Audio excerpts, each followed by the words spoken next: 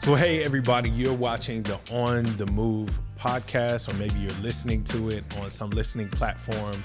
But this is our podcast to describe our move from our current worship space, which is called The Connect, to what we call the 401 building, which will be our new worship space right here in Midtown Daytona Beach.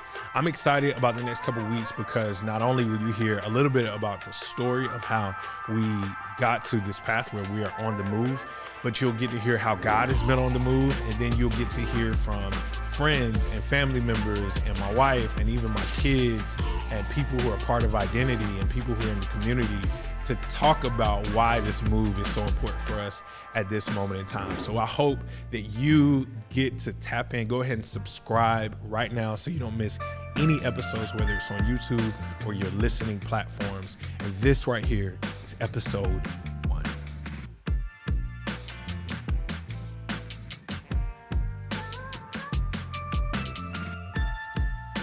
So if you don't know about now, we made a major announcement last week, and that announcement came via video.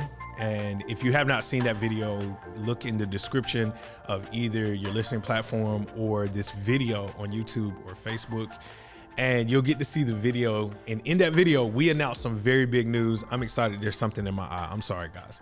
But we announced something big, and that something big is after 3 years as a church and 4.5 years of prepping to be a church plant, we finally have found a permanent place for us right here in the Midtown community. So we are crazy excited about that. We put the video out. I just want to take a couple of seconds to talk about the video and really address what we tried to capture in the video. So let's do that now. What has God done in my heart about this particular thing?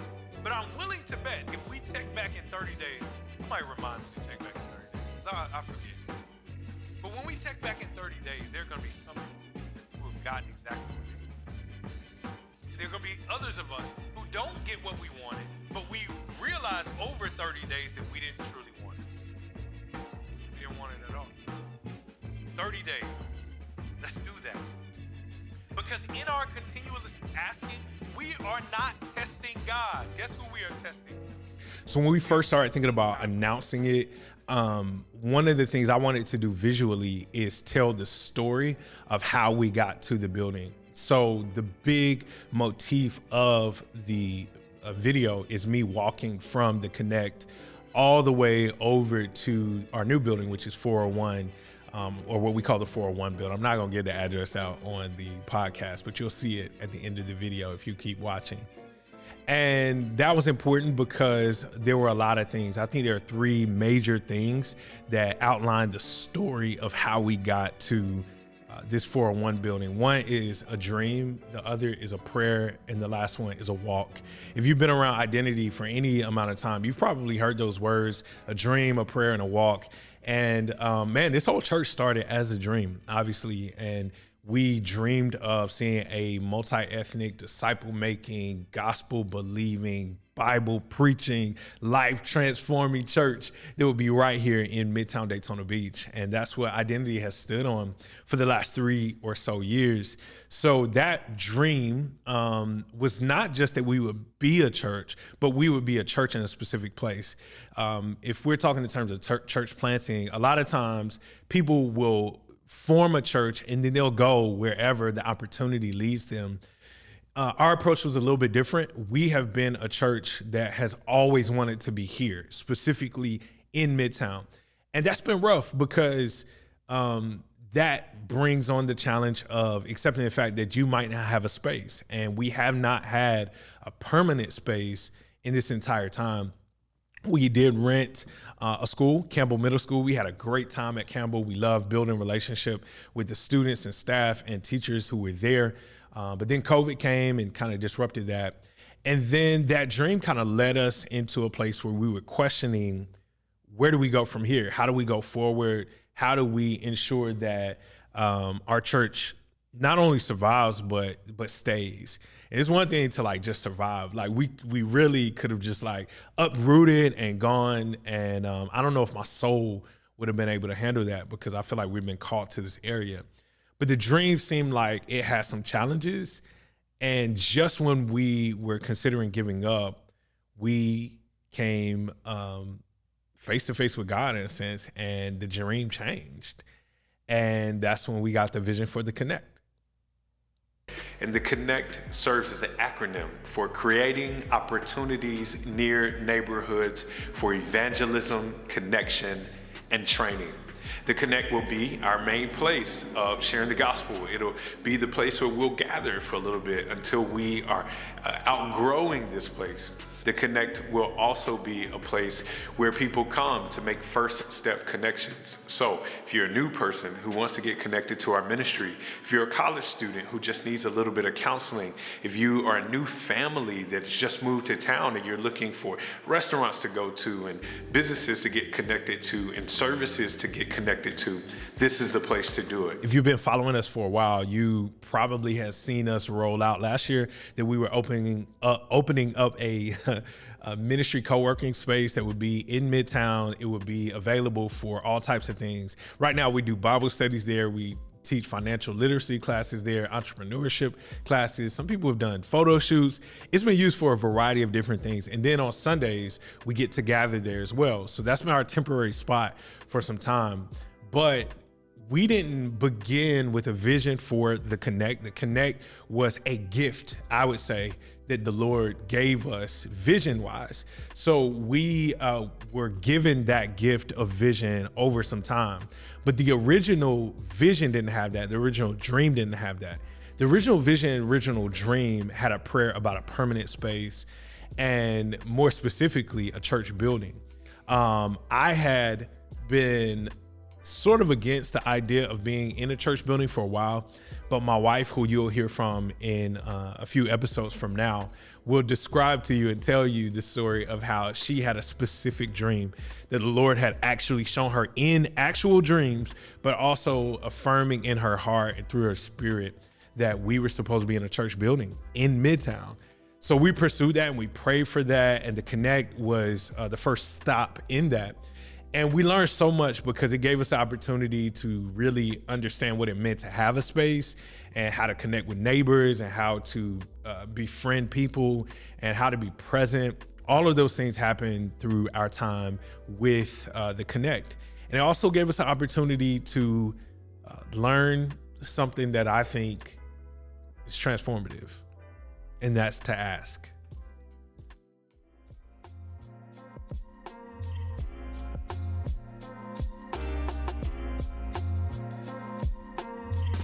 So when we first started pursuing the Connect, we realized that we weren't going to have enough money to take care of renting the space and renovating the space. And I remember specifically having an experience with God while I was in there praying one day, and him telling me to just ask. And now listen, I am not the type that the Lord just like whispers in my ear. I just got this feeling of overwhelming comfort and grace, but also a kick in the butt from the Spirit, which is like what happens to me when God speaks to me. And I walked out just saying like, yo, we need to ask people. And hopefully if you're watching this, you remember us doing a year and a half ago, what we called the 100 by 100. So we were going to ask 100 people to give $100 so that we could renovate this space and have it for the next 2 years. And we wanted people to do that within 20 days. And it was scary. Like, it blew my mind because I'm just not that kind of preacher or pastor. Like, I'm not the pastor who has been like raised to ask for a lot of people. You know, I'm the pastor who affirms people and tells them, hey, we want to encourage you to give. We're not going to ask you to give, but we're going to encourage you to give out of the overflowing grace of your own heart. And the Lord was working on me. I needed that. And we asked, and the Lord came through. He came through a lot of you all because you all gave towards this 100 by 100 campaign, which allowed for us to renovate the space a lot quicker than what we expected we were going to be able to do. And it blew my mind because not only did we raise the $10,000 to get us started in fundraising, we raised that $10,000 within 10 days opposed to 20. And we actually raised $15,000 in 13 days. So that was mind blowing to me. But it also was an opportunity for the Lord to show me that he was sufficient, that it was by following him and believing in what he was calling us to do and being willing to ask people to be a part of not what we are doing, but what God is doing. So that's why we say, like, we're not just on the move. God is on the move. I'm about to start preaching. I don't need to. Let me pull back a little bit. I say that because that one instance spurred such a difference in my spirituality that a few months later, when we finally got into Connect, we preached a sermon series about prayer. And in that sermon series about prayer, I kicked it off with a message called Learning How to Ask Again. And the big idea was that those who are closest to God are those who are like children. And children are not ashamed of asking. They will ask you for anything. I gave the example that my daughter will ask us not to just go to Disney World, but to have Disney World. Like, children's imaginations are amazing because they understand something that we tend to forget as we get older, which is that they have the trust that the person who is taking care of them will actually take care of them. And not only do they have the ability, but they have the desire. And as we grow as Christians, I think we lose sight of the fact that not only does God have the ability to bless us, he has a desire to bless us, especially if we're living out what he's called us to. He's not going to bring us to a place and leave us, right? He's going to provide. But he usually uses people to provide. So I told everyone in our congregation, I challenged them to 30 days. I said, pray for something for 30 days. And at the end of that 30 days, you will have either gotten that thing and praise God for that, have not gotten that thing, and God has changed something in your heart, or realize that that wasn't even the thing that you really wanted, right? And all of this challenge was to spur us to get into this place where we are comfortable with asking God for the things that we believe he actually had for us. Not things that would help us be, more affluent, but things that we truly believe that God was calling us to. For me, that thing was his church. For 30 days, I prayed every single day for this church.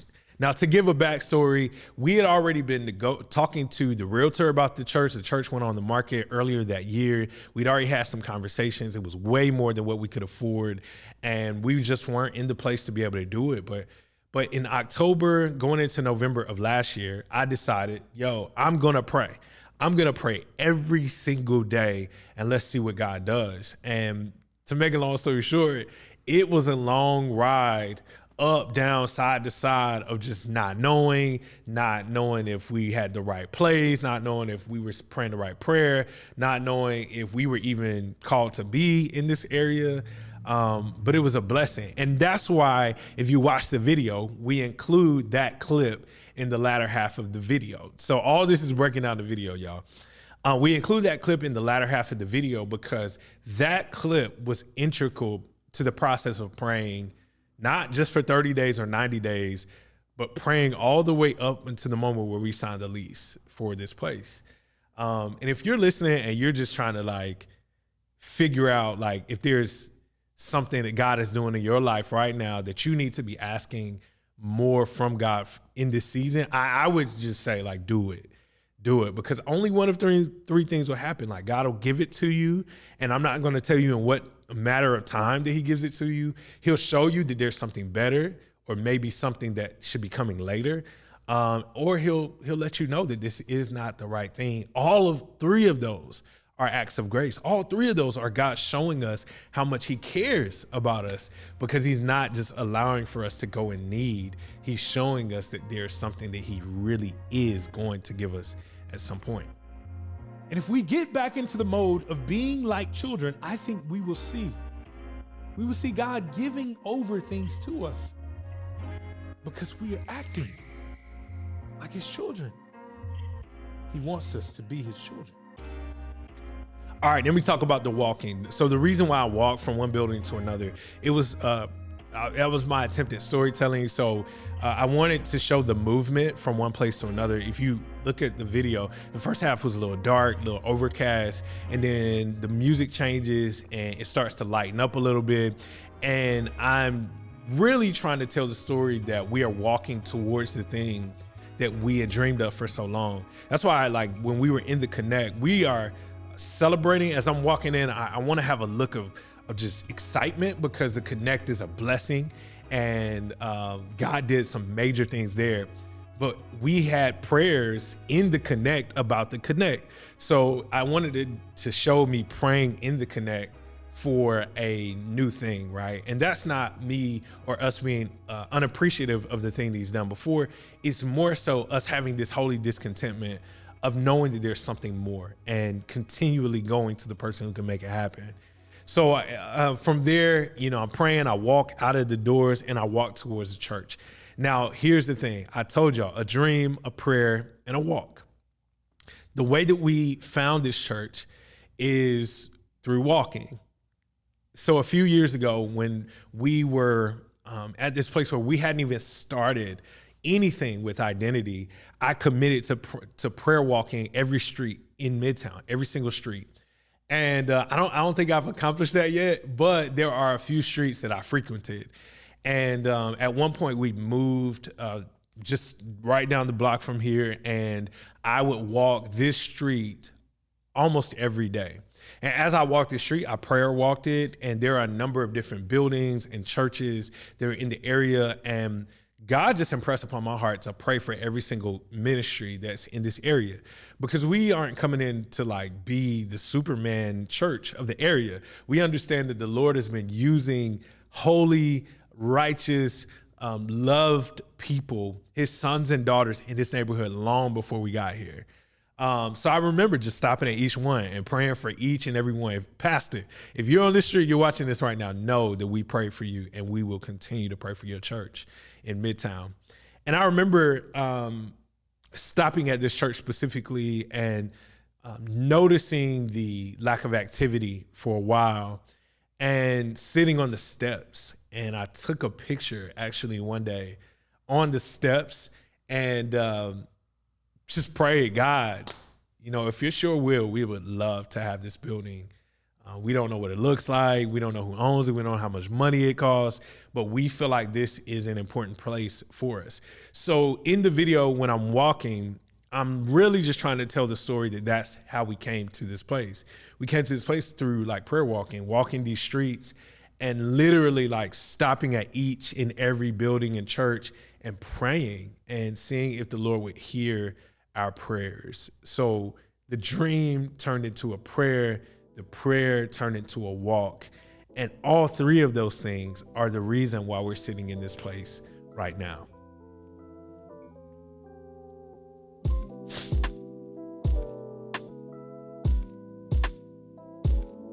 So let me tell you a little bit about this building. So this building has been here since the 1920s or so. They've been on this block at least for the 1920s, late 1920s. So we're coming up on 100 years in a little bit. And it was built by hand. And this was a congregation that was very impactful to the community. I know that because I don't know if there's been one time that I've come out here where there has not been a person who's walked up to me and said, I used to go to that church. I used to be a part of that church. My parents were part of that church. I love that church. When are y'all going to be in this church? When is the church going to open back up? This church had some impact on the community, which was very important to us, because that's a huge part of what we want is 50, 100 years from now, somebody saying man, when identity came to this place, man, I remember we had this happen and that happened, and this person got saved, and this picnic happened, and these people start walking with Jesus. All of those things are important to us. We sit at the corner of Live Oak and Martin Luther King Jr. Boulevard, and that is directly across from the Campbell Street Pool, and it's also across from the Dickerson Center.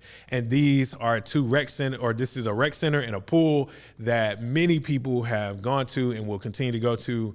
And the Dickerson Center used to be a high school, or a middle school, excuse me. It was a school at one time, a high school, middle school at one time.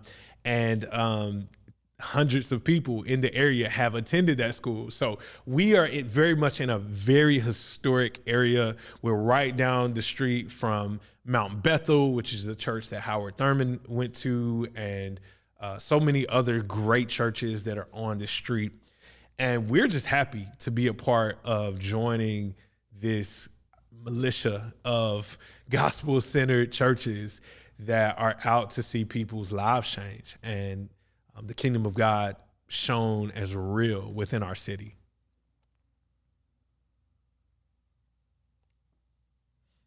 Lastly, I want to tell you a little bit about the work that we're looking to do in this place. We have not moved into the church yet, and the reason why we haven't is because there's a little construction that we'll be doing, a little renovation rather, that we'll be doing in here. We'll be just kind of putting down, newer floors and painting and doing a little bit of a facelift in here. Nothing heavy duty. We just want to get to a point where it's safe, and it's also to a point where it fits who we are as a church. We want to embody the spirit of the people who have been here in the past, who obviously have had the Holy Spirit in them as well.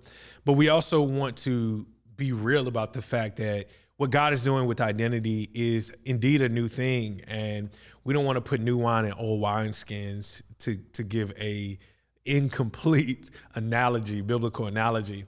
We would much rather just continue to walk in the legacy that has been established and be the next phase, the next chapter. So we're going to renovate this space, and upstairs and downstairs. Our downstairs will be our kids area / fellowship hall. And then our upstairs is our worship center, where all of us will get together and worship. We're praying by the end of November.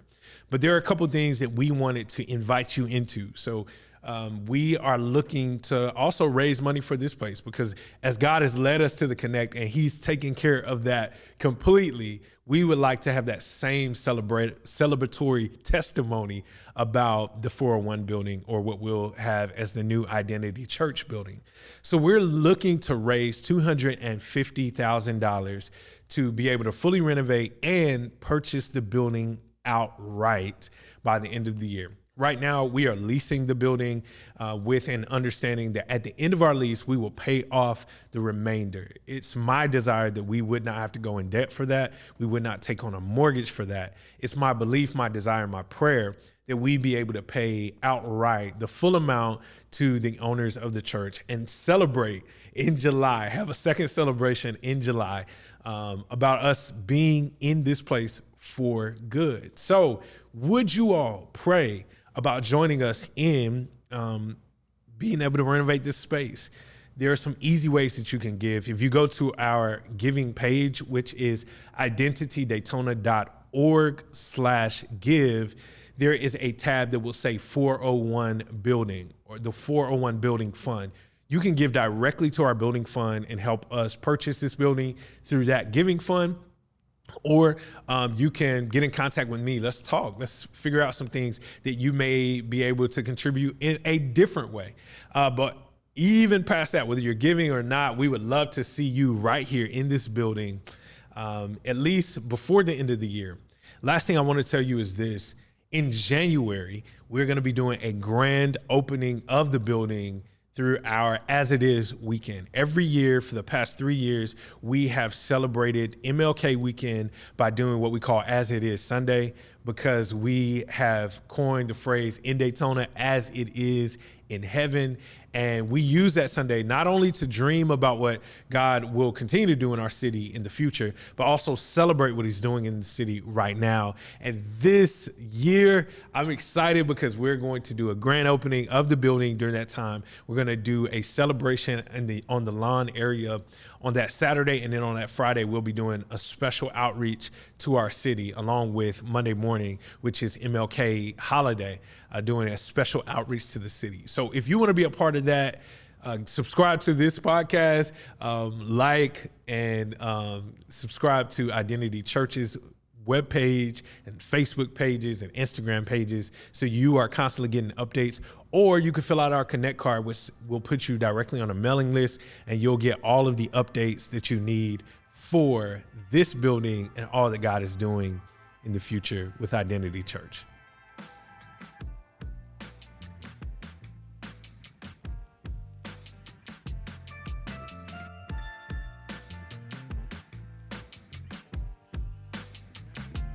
Along with that, I want to give a shout out to the Rise Fund. So the Rise Fund is a fund that is put together by the Orchard Group to support Black and brown church planters in their efforts to either launch churches or develop their churches. And they give grants out to each of these churches or to select churches so that they may be able to grow in whatever way. It could be their staff growing or moving into a building. And the Rise Fund reached out to us in the summer. They heard about our prayer to get a permanent place in the community. And this was before we even knew that we would be able to get this place. And they not only joined us in prayer, but they also gave us a gift of $20,000 grant that will go towards the purchase of the building. So although we have a goal of raising $250,000, now we are looking to raise $230,000 because the Rise Fund has already blessed us with $20,000 to help build this building or purchase this building, renovate it, and all of those things. So thank you so much to the Rise Fund. Thank you to the Orchard Group, all the pastors and administrators and leaders in the Rise Fund. And we hope that you will make your way down to Daytona Beach at some point to see this new Identity Church building, but not just that, see Midtown and all it has to offer. I'm about to get out of here. This is episode 1 of the On the Move podcast. This is also going to be broadcast on the Tell the Story page, so you can subscribe to both podcasts to hear more about this story. In our next episode, I'll be interviewing a church member who has also had prayers for us to be in a permanent space for quite some time. He has some different thoughts about what that would look like, but he has excitement about being in this building. So stay tuned, watch episode 2. You'll hear a lot more from us in the future. God bless, and remember to live all of your life in Jesus Christ.